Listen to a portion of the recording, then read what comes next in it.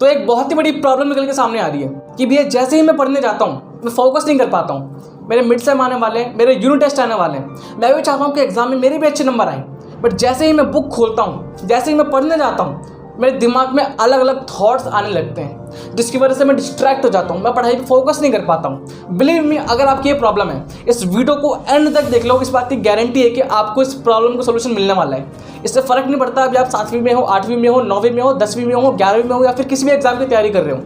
अगर आपका पढ़ाई पे मन नहीं कर रहा है, आपके एग्जाम आने वाले हैं और आप फोकस नहीं कर पा रहे पढ़ाई पे, आपको मैं 7 ऐसे स्टडी टिप्स बताने वाला हूँ जिसकी हेल्प से आपका कंसंट्रेशन लेवल इंक्रीज होने वाला है। बिना किसी देरी के शुरू करते हैं। Number 1 is ask yourself. खुद से पूछो कि क्यों पढ़ रहे हो। मैंने बहुत पहले एक वीडियो में कहा था कि तुम्हारे पास एक सॉलिड रीज़न होना चाहिए पढ़ने के लिए। अगर तुम्हारे पास एक रीज़न नहीं है तो तुम नहीं पढ़ पाओगे, तुम्हारे अंदर से वो एनर्जी नहीं आएगी, तुम्हारे अंदर से वो मोटिवेशन नहीं आएगा। जो इंटरनल मोटिवेशन होता है जिसकी तुम्हें ज़रूरत है वो नहीं आ पाएगा। ठीक है, तुम फिर बाहर की वीडियोस पे, तुम बाकी वीडियोस पे, मोटिवेशनल वीडियोस पे डिपेंड रहोगे मोटिवेशन के लिए। तो इसलिए यार तुम्हारे पास एक सॉलिड रीज़न होना चाहिए कि भैया मैं क्यों पढ़ रहा हूँ। अभी मेरे एग्ज़ाम आ रहे हैं, मुझे अच्छे नंबर लाने हैं, मुझे खुश करना है खुद को, मुझे खुद को प्राउड फील करना है, मुझे पेरेंट्स को प्राउड फील करना है। वो कुछ भी रीज़न हो सकता है, बट एक सॉलिड रीज़न होना चाहिए तुम्हारी पढ़ाई के लिए। अगर वो नहीं है तो वो रीज़न ढूंढो कि क्यों पढ़ना है मुझे। ठीक है, क्योंकि अगर सिर्फ एग्जाम में नंबर लाने के लिए तुम पढ़ रहे हो तो वो तुम नहीं पढ़ पाओगे, समझ रहे हो, क्योंकि वो एक सॉलिड रीज़न नहीं है। ठीक है, तो खुद से पूछो ये आज सवाल। इस वीडियो के खत्म होने के बाद, ऐसी वीडियो खत्म होती है, वीडियो बंद करना, खुद से 2 मिनट खुद से अकेले में बात करो कि क्यों पढ़ रहा हूँ मैं, मेरा लॉन्ग टर्म गोल क्या है। Second point, take a scan. भैया इसका मतलब क्या है? कभी भी चैप्टर तुम शुरू कर रहे हो तो उसको सीधा पढ़ना शुरू मत करो, पहले उसका एक ओवरव्यू ले लो। ठीक है, मैंने तुम्हें कई बार ये बता रखा है, मेथड काफ़ी अच्छा मेथड है कि मान लो तुम कोई भी चैप्टर शुरू कर रहे हो तो उसको सीधा पढ़ना शुरू मत करो, पहले उसका एक ओवरव्यू ले लो कि इस चैप्टर में इसके लिए है क्या। ठीक है, तो उसकी आपको हेडिंग्स पढ़नी है, जो भी टॉपिक्स है ना उन टॉपिक्स की हेडिंग पढ़ो कि अच्छा यहाँ पे इंट्रोडक्शन लिखा है तो भाई इस पेज पे इंट्रोडक्शन दे रखा है, ओके बहुत बढ़िया। आपको पूरा रीड नहीं करना है, आपको बस हेडिंग्स रीड करनी है, इससे आपको चैप्टर का ओवरव्यू पता लगेगा। ठीक है, जैसे यहाँ पे दे रखा है हुक्स लॉ, तो आपने हेडिंग रीड कर ली। अच्छा यहाँ पे एक डायग्राम दे रखा है, इस डायग्राम किस बारे में, वो आपको पढ़ना है। बेसिकली आपको चैप्टर को रीड नहीं करना है, पहले आपको उसका एक ओवरव्यू लेना है। इससे आपको चैप्टर का एक ओवरव्यू आपके दिमाग में सेट हो जाएगा कि इस चैप्टर में ये टॉपिक्स है, मुझे ये पढ़ना है। ठीक है, तो आपको बाद में जब आप एक्चुअल में रीडिंग करना शुरू करोगे ना तो आपको बहुत ही आसानी होगा। बिलीव में काफ़ी इफेक्टिव टेक्निक है, काफ़ी सारे बच्चे इसको यूज़ करते हैं। ठीक है, ऐसे आपको हर एक टॉपिक पढ़ना है, जो भी चैप्टर पे जो भी हेडिंग्स हैं। ठीक है, जैसे ये बल्क मॉडुलस है, ये तो मैं आपको एग्जांपल दे रहा हूँ, आपकी जो भी बुक है आप उसके अकॉर्डिंग पढ़ सकते हो। इसके अलावा आपको क्या करना है, लास्ट में हर चैप्टर के बाद में ना आपके लास्ट में एक समरी होती है। आप 10वीं में हो, 11वीं में हो, 9वीं में हो, किसी भी क्लास में हो, हर चैप्टर के बाद आपके लास्ट में एक बॉक्स में समरी दी होती है, तो आपको समरी को भी पढ़ना है। ठीक है, जैसे आप ओवरव्यू पढ़ रहे हो ना, हेडिंग्स पढ़ रहे हो, उसके बाद आपको लास्ट में समरी पढ़ना है। बिलीव मी, ये सही तरीका है पढ़ने का। अगर आप सीधा पढ़ना शुरू करोगे आपको कुछ पता ही नहीं चैप्टर के बारे में। ठीक है, अब मान लो मैं आपसे बोलता हूँ कि भाई आपको A पॉइंट से B पॉइंट पे जाना है, आपको रास्ता ही नहीं पता है, तो क्या करोगे? आप शायद बीच में गलतियाँ करो, आप शायद भटक जाओ। ठीक है, बट अगर आपको पता है रास्ता, पहले आपके दिमाग में सेट है कि ठीक है मुझे ये रास्ते लेना है, मुझे ये रास्ते लेना है, मुझे यहाँ से यहाँ गाड़ी पकड़नी है, तो आप आराम से जा सकते हो। ठीक है, कहने का मतलब ये है कि भाई पहले अगर चैप्टर का ओवरव्यू आपको पता है, अगर मैं आपको चैप्टर का एक ओवरव्यू बता दूँ तो आपको पढ़ने में आसानी होगी।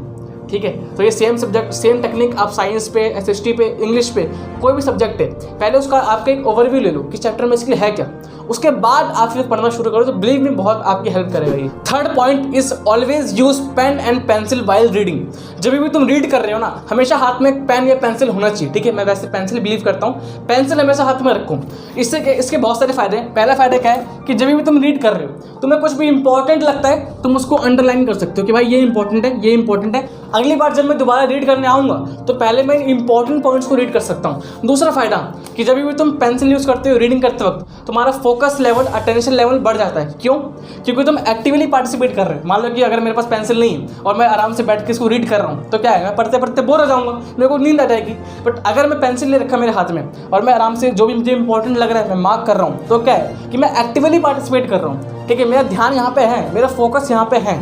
तो इसलिए यार ये काफ़ी अच्छी टेक्निक है, काफ़ी एक अच्छी टिप मैं आपको देना चाहूँगा कि जब भी तुम पढ़ते हो ना, जब भी तुम रीड कर रहे हो, तो यार हाथ में एक पेंसिल रखना, जो भी तुम्हें इंपॉर्टेंट लग रहा है उसको मार्क करो, साथ में तुम्हारा जो अटेंशन है, तुम्हारा जो फोकस है वो भी तुम्हारा बना रहेगा। फोर्थ पॉइंट काफ़ी इंपॉर्टेंट है, जो कि है रीड एंड रिकॉल मेथड। ये बहुत ही फेमस टेक्निक है, इसे हम लोग एक्टिव रिकॉल के नाम से भी जानते हैं। इसका मतलब क्या है कि जब भी तुम कोई चीज़ पढ़ रहे हो ना, साथ साथ में उसको याद करते रहो, ठीक है। जैसे मान लो कि तुम कोई भी चैप्टर पढ़ रहे हो, ठीक है, तुमने उसका एक पेज पढ़ा, पहले एक पेज आराम से पढ़ो, ठीक है, पेंसिल लेके पेन लेके आराम से एक पेज को आराम से पढ़ो। कुछ इंपॉर्टेंट लग रहा है उसको मार्क करो। जैसे तुमने एक पेज पढ़ा, उसके बाद उस बुक को बंद कर दो, ठीक है, और अपने दिमाग में सोचो कि इस पेज में मैंने क्या पढ़ा है। बिलीव में काफ़ी ज़्यादा इफेक्टिव टेक्निक है, साइंटिफिकली प्रूवन टेक्निक है ये चीज़। अगर आप ऐसे पढ़ते हो ना, आप कोई भी चीज़ को लंबे समय तक याद कर सकते हो, ठीक है। कुछ नहीं करना, सिंपली मान लो कि तुम कोई भी चैप्टर पढ़ रहे हो, ठीक है, चाहे तुम्हारा हिस्ट्री हो गया, ज्योग्राफी हो गया, साइंस हो गया, कुछ भी तुम पढ़ रहे हो, तुम्हारा थ्योरेटिकल सब्जेक्ट कोई भी तुम पढ़ रहे हो, उसकी जैसे तुमने एक पेज पढ़ा है ना, एक पेज को अच्छे से पढ़ो, डिटेल में आराम से चीज़ों को समझो कि भाई ये क्या है, क्या ये कहता क्या है, इसका मतलब क्या है। आराम से एक पेज पढ़ो। जैसे तुमने एक पेज पढ़ा, उसके बाद बुक को बंद कर लो, ठीक है, और आराम से रख दो और खुद से दिमाग में सोचो कि इस पेज में मैंने क्या क्या पढ़ा है। अच्छा, यार टॉपिक ऊपर यहाँ पे केमिकल रिएक्शन की डेफिनेशन दे रखी थी। अच्छा, यहाँ पे कोने में आपका एक डायग्राम दे रखा है मैग्नीशियम ऑक्साइड का। बेसिकली जो भी तुम पढ़ रहे हो ना, खुद से याद करने का ट्राई करो, बेसिकली खुद से एक्टिव रिकॉल करो साथ ही साथ उसको। ये बहुत ही इफेक्टिव टेक्निक है।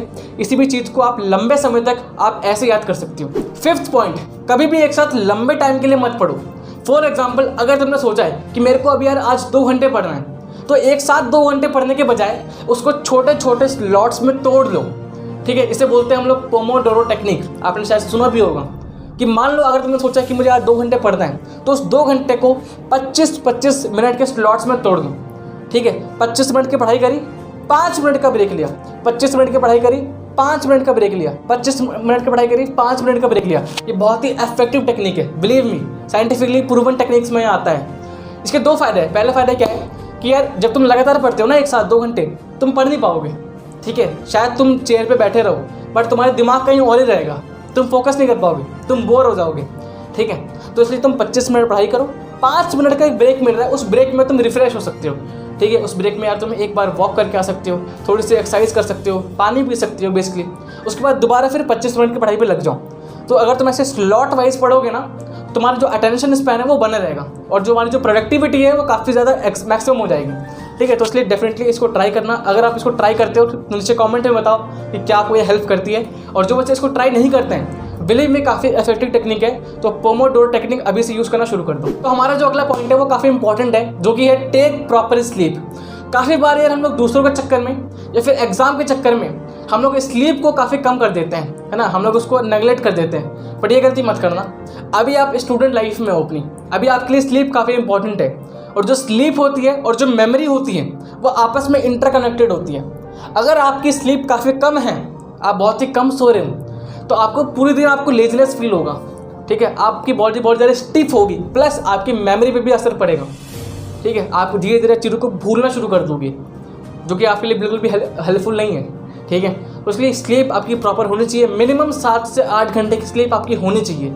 इससे फ़र्क नहीं पड़ता कि आप सुबह जल्दी उठते हो या फिर आप रात को लेट तक पढ़ते हो या फिर रात को लेट तक जागते हो, बट 7 से 8 घंटे की स्लीप आपकी होनी चाहिए मिनिमम, ठीक है। स्टूडेंट लाइफ में ये कंपलसरी है, ठीक है। तो स्लीप से कभी भी कॉम्प्रोमाइज़ मत करना, क्योंकि आपके हेल्थ पे काफ़ी इफेक्ट पड़ेगा यार। तो इसलिए यार हेल्थी जब रहोगे ना तभी एग्जाम दे पाओगे, अगर हेल्थी नहीं रहोगे तो एग्जाम कहाँ से दे पाओगे। और लास्ट में बस इतना बोलूँगा कि बिलीव इन योर सेल्फ, खुद पे बिलीव करो। स्टार्टिंग में 10th क्लास के स्टार्टिंग में तुमने एक टारगेट रखा था कि मुझे इतने मार्क्स लाने हैं, मुझे 95% लाना है, मुझे 96% लाना है। उसके लिए मेहनत करो, खुद पे बिलीव करो कि तुम ला सकते हो, ठीक है। इससे फ़र्क नहीं पड़ता, मैं तुम्हें हमेशा बताता हूँ कि इससे फ़र्क नहीं पड़ता तुम्हारे 7वीं में, 8वीं में, 9th क्लास में कितने मार्क्स आए। 10th क्लास के जो बोर्ड एग्जाम है ना, तुम उससे बहुत अच्छे मार्क्स लाओगे, ठीक है। खुद पे ट्रस्ट करो। तुम्हारे चारों ओर इलेक्ट्रॉन्स घूम रहे हैं, चारों ओर नेगेटिविटी घूम रही है तुम्हें अपनी ओर खींचने के लिए, पर तुम्हें खुद पे बिलीव रखना कि नहीं, मैं अच्छा करूँगा स्कोर, मैं एग्जाम में अच्छा स्कोर करूँगा, मैं खुद को प्रूफ करूँगा, ठीक है। तो इसी ट्रस्ट के साथ इस वीडियो को ख़त्म करते हैं। कोई भी प्रॉब्लम है नीचे कमेंट कर देना, आपको अगली वीडियो मिल जाएगी। और अगर आपने अभी तक सब्सक्राइब नहीं किया है, नीचे लाल कलर का बटन दिख रहा होगा, सब्सक्राइब कर दो, ताकि आने वाली जो वीडियोज़ हैं उसकी नोटिफिकेशन आप तक पहुँच जाए, ठीक है। जल्दी मिलता हूँ आपसे एक बहुत धमाकेदार वीडियो के साथ। तब तक के लिए अपना ख्याल रखना, सेफ रहना, good bye and take care guys. अकेला ही सही, समय का मेला है। मैं खोया ही सही, खोया ही सही, अकेला अकेला मैं, अकेला ही सही।